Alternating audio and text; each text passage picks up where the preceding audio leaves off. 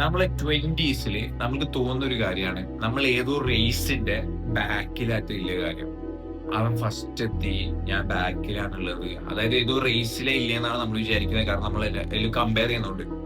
പക്ഷേ it is really important to realise that ഇവിടെ ഒരു റേസ് ഇല്ല. നമ്മളെല്ലാരും ഒരു റേസിലുണ്ട്. എല്ലാരും ഒരു റേസിലുള്ള ആൾക്കാരാണ്. അവൻ ഫസ്റ്റ് എത്തുന്നത്, ഞാൻ തേർഡ് എത്തുന്നത്, ഇവൻ ഫോർത്ത് എത്തുന്നത്, അവൻ സെക്കൻഡ് ഉണ്ട് എന്നുള്ള കാര്യം പറഞ്ഞ് കമ്പയർ ചെയ്തിട്ട് എപ്പോഴും ഡിസപ്പോയിന്റഡ് ആവാണ്. പക്ഷെ ഇവിടെ റേസ് ഇല്ല. എല്ലാവർക്കും അവരുടേതായ റേസ് ആണുള്ളത്.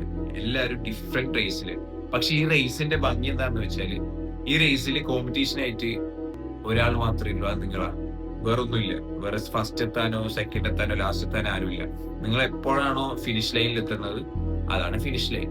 ആ ഫിനിഷ് ലൈൻ എത്തിയിട്ടില്ലെങ്കിൽ റേസ് കഴിഞ്ഞിട്ടില്ല. നമ്മൾ അധിക ടൈമും കമ്പയർ ചെയ്യലാണ്. ലൈക്ക് ഇവനും ഞാനും ഒരു റേസിലാണ് ഉള്ളത്, അവൻ ഫസ്റ്റ് എത്തിയാൽ ഞാൻ തോറ്റുന്നില്ല കാര്യം. നോ, അവന്റെ റേസ് വേറെതാ. അതിൽ അവൻ ഒറ്റക്കാണുള്ളത്. അപ്പൊ ആരെങ്കിലും ഫസ്റ്റ് എത്തോ? ആരും ഫസ്റ്റ് എത്തൂല. ആരെങ്കിലും ലാസ്റ്റ് എത്തോ? ആരും ലാസ്റ്റ് എത്തൂല. അവനെ എത്തൂ, അവനെത്തിയ അവൻ ജയിച്ച്. That's it. നിങ്ങളുടെ റേസിൽ നിങ്ങൾ എത്തിയാൽ നിങ്ങൾ ജയിച്ച്.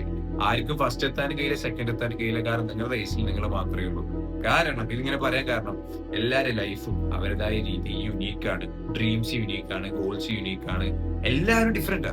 സോ ആ സംഭവം ജസ്റ്റ് നെവർ തിങ്ക് ലൈക്ക് എല്ലാരും ഒരു റേസിനാ ഇല്ലെന്ന് വിചാരിക്കരുത്. കാരണം അങ്ങനെ വിചാരിക്കുമ്പോഴാണ് കമ്പാരിസൺ വന്നിട്ട് വെറുതെ ആവശ്യമില്ലാതെ ഡിസപ്പോയിന്റഡ് ആവാം. ഞാൻ ബാക്കിലാണല്ലോ എന്ന് ചോദിച്ചാൽ ഡിസപ്പോയിന്റഡ് ആവാം.